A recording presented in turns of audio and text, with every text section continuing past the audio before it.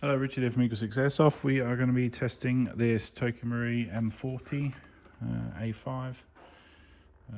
This one is a sniper build, obviously, so spring action. So we've got the Action Army Piston spring guide, spring, obviously with the sniper build. The main thing and the biggest thing is using the most accurate ammo possible. You could say that all builds should always start with obviously using the most accurate ammo first, then you bring the build to the ammo, as opposed to compromising the ammo to the build. We've got the so obviously we've gone for a heavy ammo, obviously off the shelf. 4.3 is the biggest. Now obviously the deficit, the problem with using those 4.3s is obviously now the speed to target is tanked on our original TM gun, so we increased the strength of spring that's inside this. So we've put the Action Army M150 spring, which brought it pretty much bang on the limit. So the problem is if we drop to a smaller one, there's going to be a bit of a drop there in order to get down. So we're running with the 150. It's obviously quite a hard cock on it, you know, but on the M40 you do have a much shorter pull than you do on the VSRs. So I'm hoping that sort of offsets it a little bit. We've got the, like I say, Action Army Piston spring guide cylinder set, so that means we can effectively replace the whole cylinder set with obviously a new one. We've left the original TM trigger sears in there because I'm just genuinely curious about how long they'll actually last against the 150 spring. So it could be, you know, one game, so it could be 100 games. We'll find out when the customer lets me know. We need to sometimes get that information so that we're not just selling parts for willy-nilly, if you know what I mean. The parts have to have an upgrade purpose. If parts never break, well, you could argue that you don't need actually upgrade parts.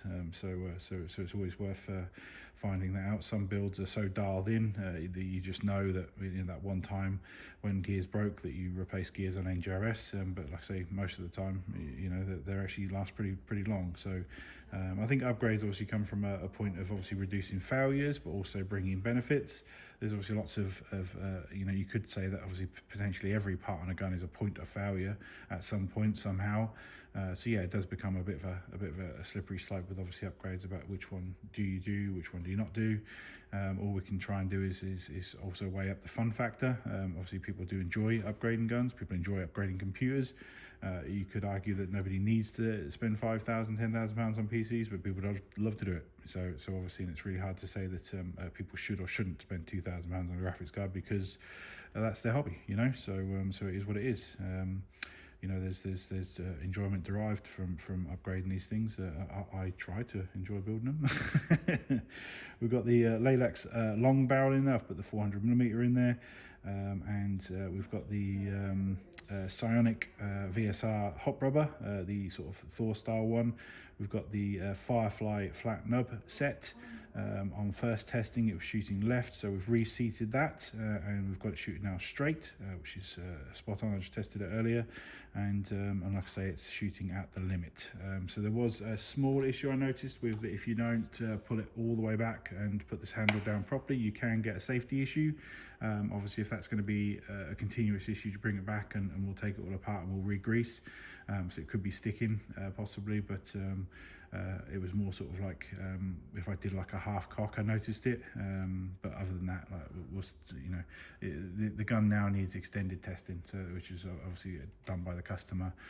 Obviously, all we can do is put a bunch of mags through it, you know, make sure that obviously it's physically working. I'll demonstrate it working now, and then I say it's then passed. So.